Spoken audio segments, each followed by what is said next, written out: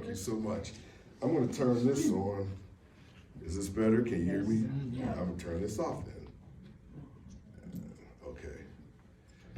Wow, I want to thank Philip Lentz, and we've been talking for a while, and finally got to meet you in person, and Whit Johnson and the entire staff of the Arizona FFRF chapter. I want to thank Annie Lori Gaylor, along with Dan Barker, the co-president of the Freedom from Religion Foundation.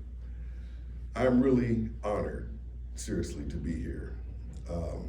I've had a lot of great things happen to me, but no one has ever given me my own parking spot.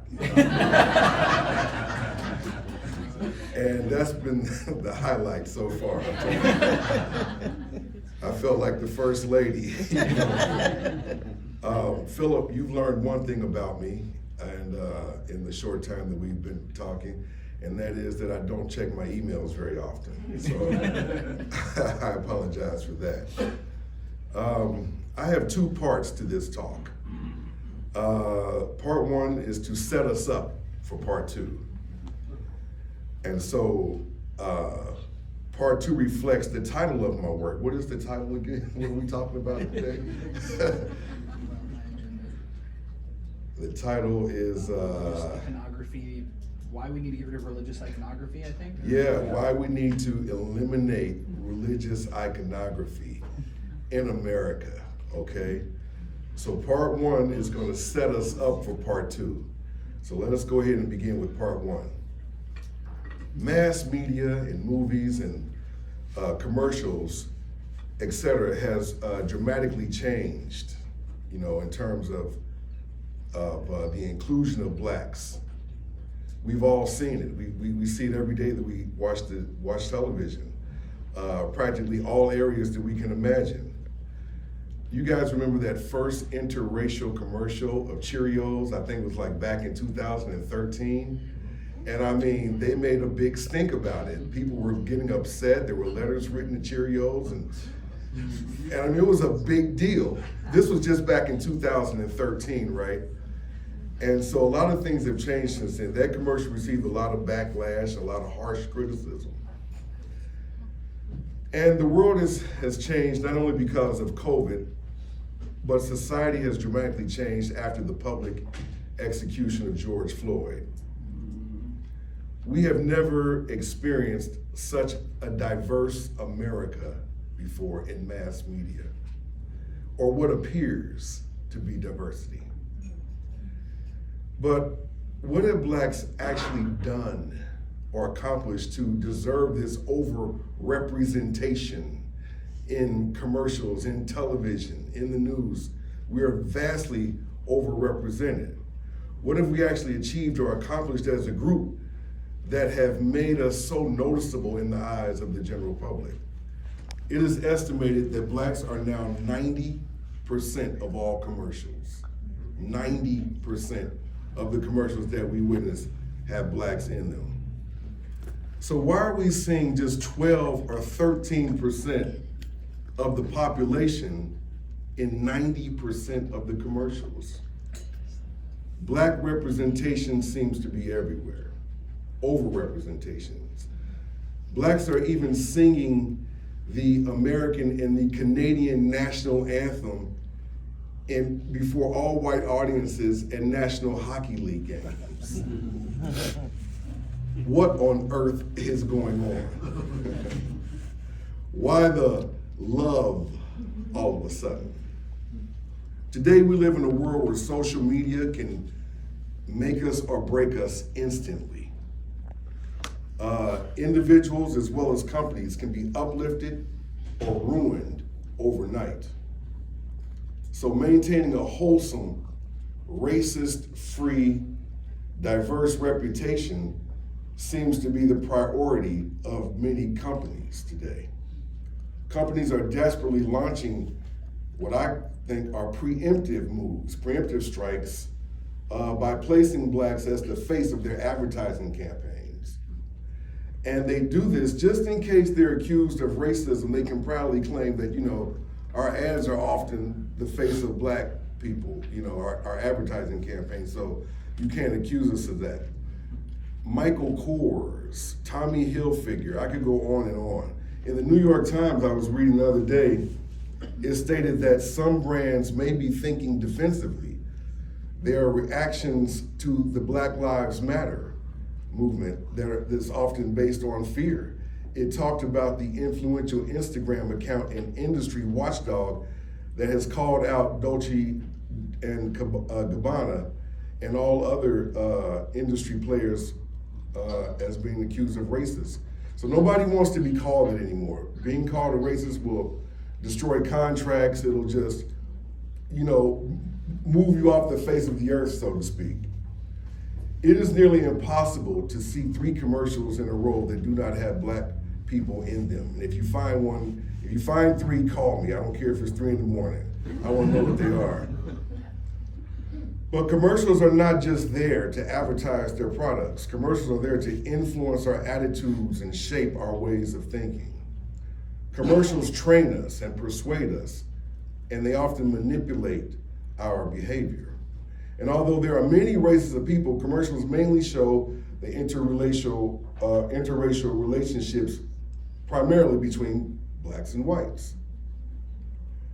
And so, what are obvious acts of Blacks being placated is whenever we see Blacks and whites together in commercials, especially in a comedic way, there are always, and I repeat, always 100% of the time, the Blacks are portrayed as the ones who seem to have it together, and the whites are portrayed as the goofy ones, the clumsy ones that just don't seem to get it, or the ones that have been fooled. We see this all the time in commercials, okay?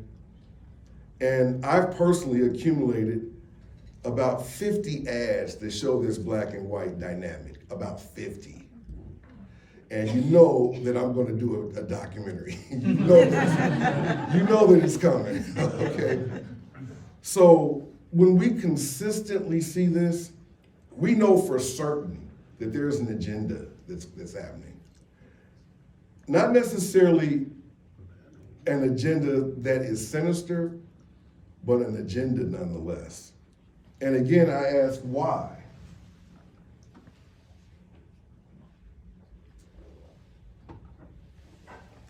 Why are Blacks so special now? Why are Blacks, this small 13% of the population, overrepresented in mass media? Why are Blacks overrepresented on Amazon Prime, Netflix, Hulu, etc.? Why the love and attention? All of a sudden, are we now a colorblind nation? Is racism now over? Are Blacks and whites now equal? So now we're gonna move on to part 2. So please bear with me. I promise you I'm gonna get to the good religious stuff that I came for today, okay? Well, we gotta start with this. Malcolm X said that racism is like a Cadillac. He said it changes models every year. And when George Floyd was publicly executed in a society that was digital, our mobile phones captured the senseless murder in real time. The harrowing footage of George Floyd made America and many parts of the world, especially Europe and America, and the United States, made us pause and think about racism and bigotry and hatred and how it actually looks up close and personal. Most whites were ashamed and appalled by what they saw. And because of the upfront and personal nature of Mr. Floyd's death and the aftermath that came with it and the criticism and the protests and the continuous backlash that it received from Blacks and whites, something had to be done. And something had to be done not to make Blacks better, but to make Blacks feel better. So the Cadillac industrial complex had to hurry up and change its model. Mr. Floyd's death gave birth, or helped to give birth, to Black Lives Matter. Whites are now bending over backwards to make black people feel better about living in a racist society. So what kind of Cadillac model do we find ourselves in now? I call it all that I've been describing here, the age of appeasement. Blacks are being hoodwinked with the old illusion of inclusion trick. And although blacks are being represented throughout the heavens and the earth in mass media, blacks are light years from so-called equality, justice, and economic independence. Blacks still have the same collective net worth today as we had 150 years ago. In 1863, Black America owned one half of 1% of the national wealth. Today, it's just over 1.5%. So for all the whites that think that blacks are somehow taking over some way, somewhere, somehow, I can assure you, sleep well at night because nothing is further from the truth. That's just not happening. In America, we live in a system of capitalism. And this means that if the money is not integrated, then really we're still segregated. And I see segregation. Me and my wife, we're doing well financially. We tried to get a $30,000 loan and could not get it. $30,000 to do some stuff with the property that we have. Black net worth is $24,000 per household. White net worth is $189,000 per household. There is an $11 trillion racial gap in wealth. $11 trillion racial gap. And 1 out of every 5 black families have a negative net worth. So essentially what this means is that despite all of the inclusion that we're seeing in mass media, blacks are in no way being lifted from off the bottom rungs of society. American media is essentially, excuse my French, pissing in all of our ears and telling us all that it's raining. Now here comes the juicy religious stuff that ties into all that I've been saying so far. The stuff that's going to prove that America has only changed its model of its Cadillac. Every bleeding heart liberal, every so-called non-racist advertiser or business, nearly every white person who plants a Black Lives Matter sign on their lawn draws a line in the sand somewhere. No matter how much they stand against racism, they have a line somewhere that they draw. Let me give you some examples. Many humanists and atheists, agnostic, or free-thinking groups such as ourselves are proud of our all-inclusive stance, and we should be. We stand against racism, and we should. We stand against sexism, and we should. People that attend anti-religious conferences like the Freedom from Religion Foundation and others are predominantly white, of course, for many reasons that go beyond the scope of this talk. But one common reason why so many drop religion and become free thinkers is because they are dead set against the violence that this God projects in the Bible. And people say that, God is good, and my question is, which one are you talking about? Because if you're talking about that one of the Bible, I know you haven't read the Bible. But throughout history, it seems that violence keeps our stomachs full. If it weren't for the violence projected upon Africans by Europeans during American colonization and the violence of American chattel enslavement, whites would not have the privilege that they've enjoyed for centuries. Where would this country be without violence? Where would Miami or Las Vegas, for example, and many other great US cities be without drugs and violence? So is that what I'm speaking of? Is that the line that I'm talking about? No. Am I saying that violence would be accepted by whites today in order to maintain a system of white over non-white? Absolutely not. So what is that line that most liberal whites tend to draw in order to keep at least the psychological supremacy over blacks? It's the line of white biblical iconography in mass media and in public places. No one, not even us secular groups, are saying a word about it. It's so normal that it's not even noticed. No matter how so-called diverse the media wants us to believe that we are, they draw a line when it comes to the diversity in all things related to this so-called God and this so-called Jesus and to these so-called biblical figures. On Hulu, we can find films and series like the Gospel of Mark, the Gospel of John, the Gospel of Matthew, the Gospel of Jesus. I think it was on Netflix, now it's on Hulu. And you won't find any blacks on there to any significant degree.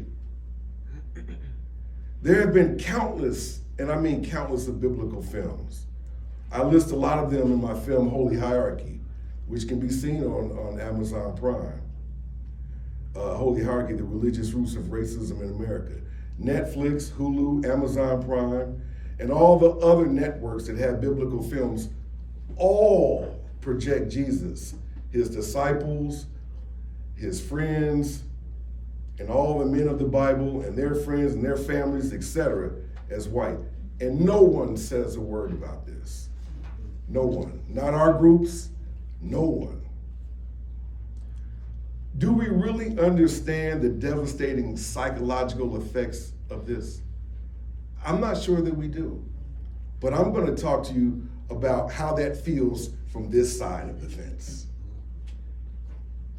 When we subject blacks and other non-whites to biblical images that reflect an ethnicity different than their own, we do a great psychological disservice to that group.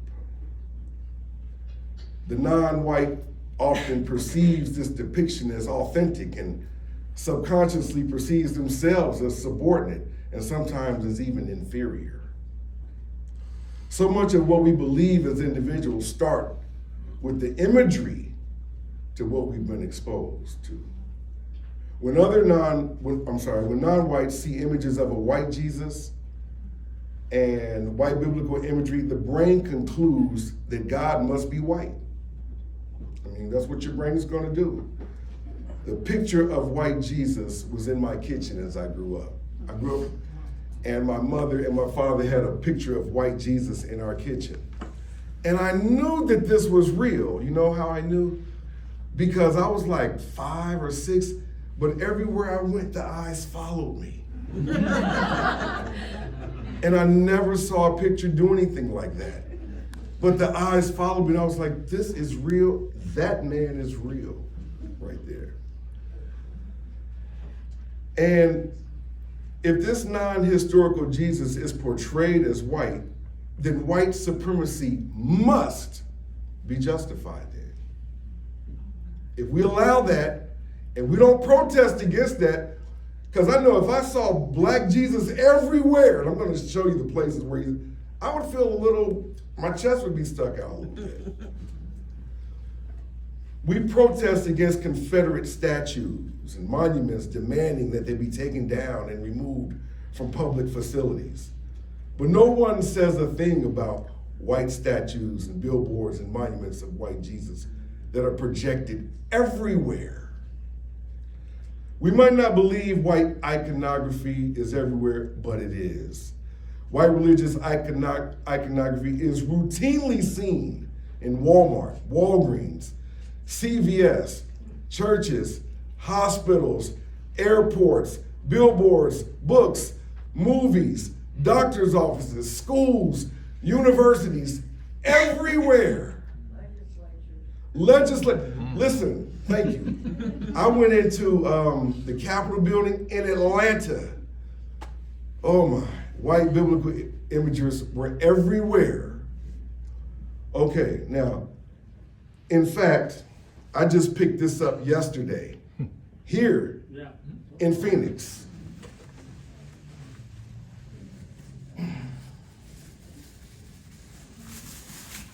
Here's my Walmart bag, and I have my receipt to show you that I picked this up at Walmart. So white Jesus, they're all in here. It's everywhere. Okay? If you ever been to the dentist, there's a book similar to this. You know, they used to leave this there. And there's nothing but white pictures of everywhere. And it's so common that we don't even notice it.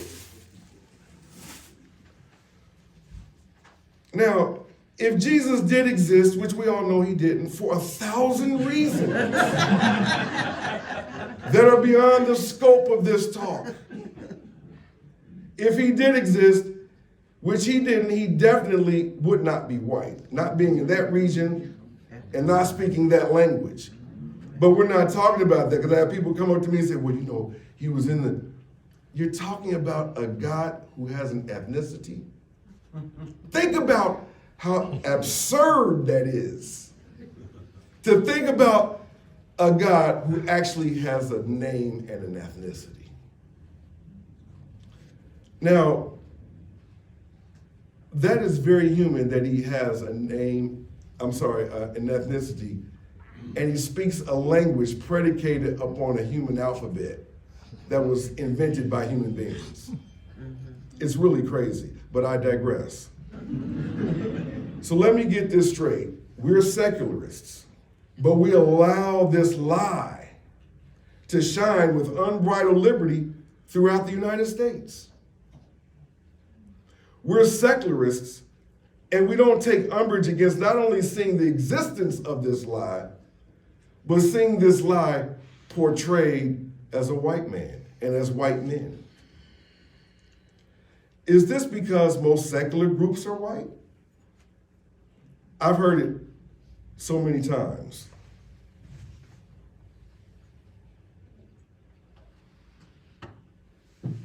I've heard it. I look like a preacher wiping my eye. I've heard it so many times, well, you know, you can't do anything about that because we're protected by the First Amendment's right to freedom of speech and freedom of expression. White bibliography and white Jesus has nothing to do, in my opinion, with freedom of expression or freedom of speech. Why? Because they all look the same. They all look the same. All the Jesus that we see are white men with long hair, long stringy hair. They pretty much all look the same. Now,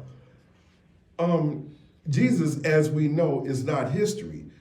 No one was ever born a virgin or walked on water or ascended to heaven. We have no historical portraits of this biblical Jesus or of any other biblical figure because they're not historical in the first place. White biblical Jesus in mass media is simply a matter of subconscious acceptance and historical parroting. It has nothing to do with freedom of speech or freedom of expression. The character of Jesus is projected as white because that's what history has always done. So no one has argued about it. No one has tried to do anything about it. You see this kind of stuff so often that we don't even pay attention to it. It's so common that it seems natural. If I ask every artist in here to paint a house, each person's house would be painted differently. If I say, draw some people in that house, each person would draw, it would look different. But these white Jesus, they essentially look the same. That is historical parroting. You're just depicting what you've always seen and when no one has protested to. I'm protesting against it. I've been wanting to do this since the early 90s. My wife can tell you, I wrote a lawyer a letter in 1992 about this. I was 29 years old. This has been bothering me since I was 29, okay? Really earlier than that. But you all would draw something and paint something different. That's true freedom of expression. That's true individual, what an individual artist would do, okay? But if I said draw a picture of Jesus and you weren't thinking, they're all gonna look pretty much the same. I've been told that we must prove damage if you're going to bring this, thing up where you don't want this kind of stuff displayed publicly. You have to prove damage. Well, again, that's beyond the scope of this because there's a lot of damage. I mean, you have any idea how many black churches have white Jesus standing between the windows? Do you have any idea about the church fans that get passed around in the black churches with white Jesus on it? There's a country, I don't know if you heard of it, but it's called Nigeria. And they proudly display the second largest statue of white Jesus on earth. And they're proud of it. Okay, how's that for psychological damage? How's that for damage? White Jesus, really? I mean, can you appreciate the heavy psychology of all this to non-whites, really? And there will be blacks who will defend this. There was an episode of Good Times years ago, obviously, where Florida said, that's the only Jesus I know, this white Jesus, he's standing on the wall. Can you imagine black Jesus in your household? Can you imagine in the churches that you came up in to have black Jesus stained into your windows? Can you imagine the heavy psychology of that? The fact that we can have a discussion about Confederate figures and Confederate flags and Confederate monuments about all these, Civil War heroes or whatever, and not have a discussion about a non-historical white Jesus that are thousands of times more prevalent speaks volumes. And let's get one thing clear. I want to clear this up. We're not asking for a black Jesus either. So for all of the blacks who want to paint Jesus as black, I mean, I really feel bad for you because here it is, this is so insulting, I don't even know how to put it. But it's very insulting for blacks to believe that Jesus was black and we're on the bottom of society. He doesn't even do a damn thing for his own people, but you believe he's black. This is crazy. Now, if I was religious, I would definitely pray to that white Jesus though, because he'll do something for you. That black Jesus didn't even let us hold on to Harlem. Harlem is gone. Motown is gone. We don't even have Detroit. Listen, I have friends here from Chicago. They're born and raised in Chicago. So you all check your wallets when you leave. But we know about the greatness from New York in the Harlem Renaissance. Count T. Cullen and Aaron Douglas and James Weldon Johnson and Madam C.J. Walker and Duke Ellington and Langston Hughes. And I could go on and on. But Detroit is really, for reasons that are beyond the scope of this talk, really the heart and soul of blacks. And that was the first place where black people really became upwardly mobile in masses. The average black person had a home because they worked at Chrysler and Ford and GM and stuff like that. We don't even have Motown. So I don't want to hear anything about a black Jesus.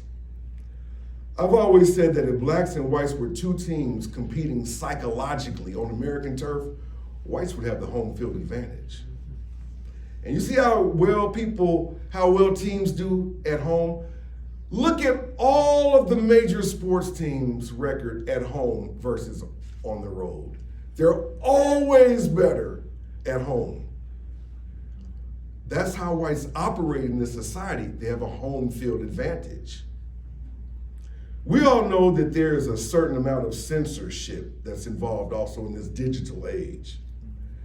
We saw this during COVID, and the many experienced doctors who were against vaccinations were taken off YouTube and weren't allowed to voice their opinions.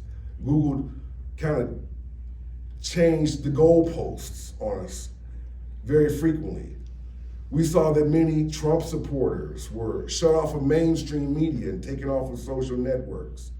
So we know that hell, I've been shut off YouTube for various things, but we know that there is a measure of censorship that goes on in this country. We know that. Let's not pretend that it doesn't happen. You can't say certain words against certain people without being thrown off of various social platforms. And I kind of find that amusing because you can't say this, you can't say that, but you can say the N-word all day on all platforms. All day and keep it, and it'll stay perfectly fine and nothing will happen. But I digress. But let's do something here. I know that Alex and Josh had told people to put their cell phones away, but while I get a drink of water, can you all take out your cell phones and turn them on, please?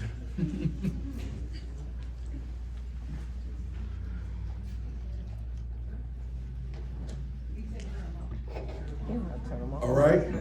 You don't have to turn your ringer on, but please take out your cell phone.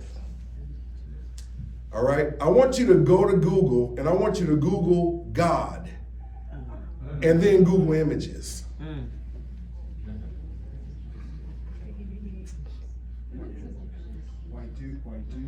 Right. There's no censorship going on here. You see what I mean?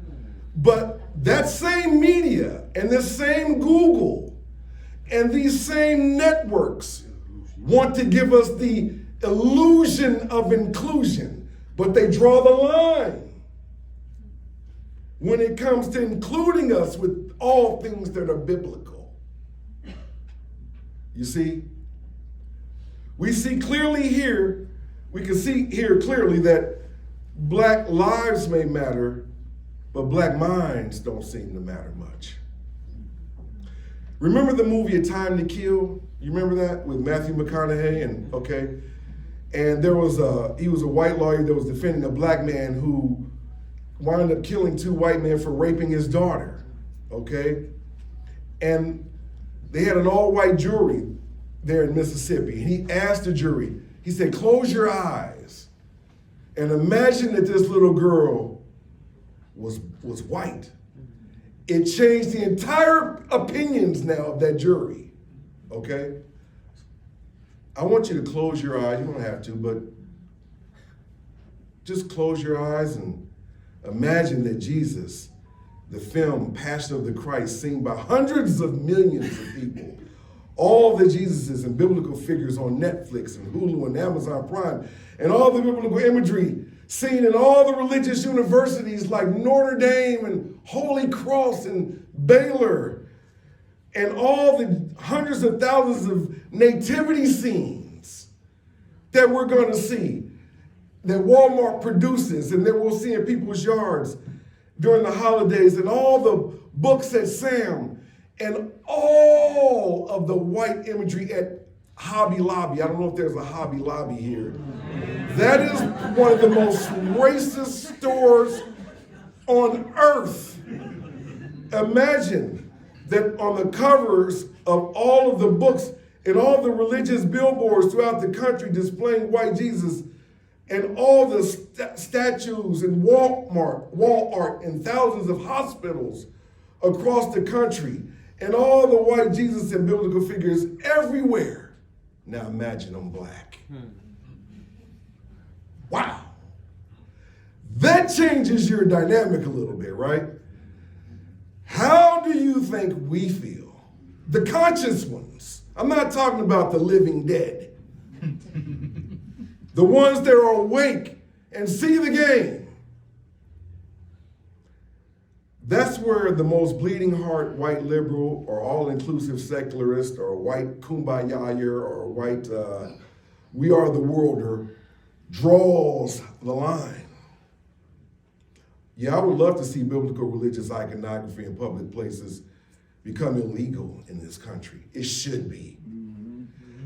That may never happen, just as black economic equality may never happen, but we can certainly do one thing, and that's draw attention to the fact that white biblical iconography creates a thin line between believing in a white supreme being and believing in a white supreme human being. The implications of a white Jesus and white biblical iconography throughout this country and the world are enormous. It speaks directly to that which what we've been fighting against, and that's white supremacy. So the question is not whether whites, they believe they're superior. The question is, how could they not? How could you not believe that? We see all of this diversity in media. We see and know, everyone knows this is happening. And blacks are feeling some sort of liquid in their ear. We just want to know if it's piss or rain. If true diversity is really happening, then in addition to leveling the economic playing field, let us strive to economic the psychological playing field where it all starts. If black lives truly matter, and I saw a sign out there at this building that said that it did, if it truly matters, then black minds matter also.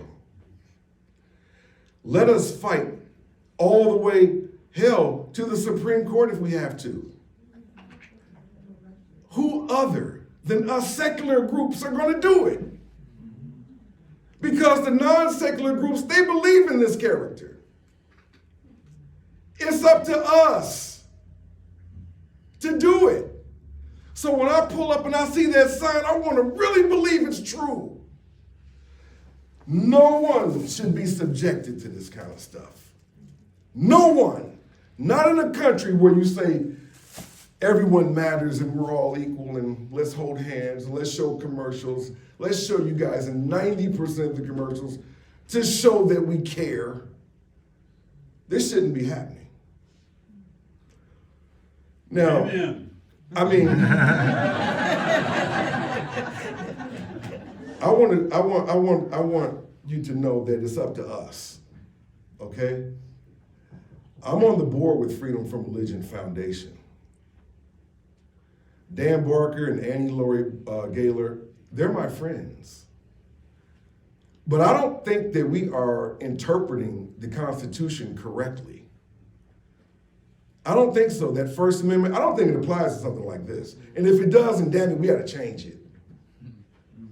Now, when you get a moment, I want you to visit our nonprofit organization that we set up. It's called ERICA.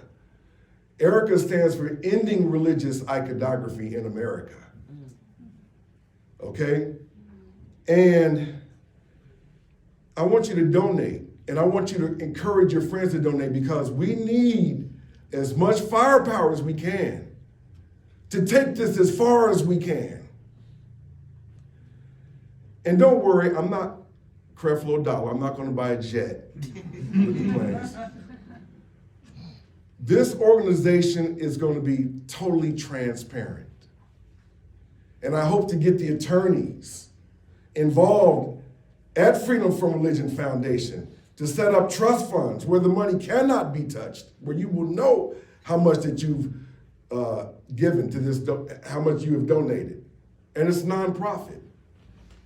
But we need help.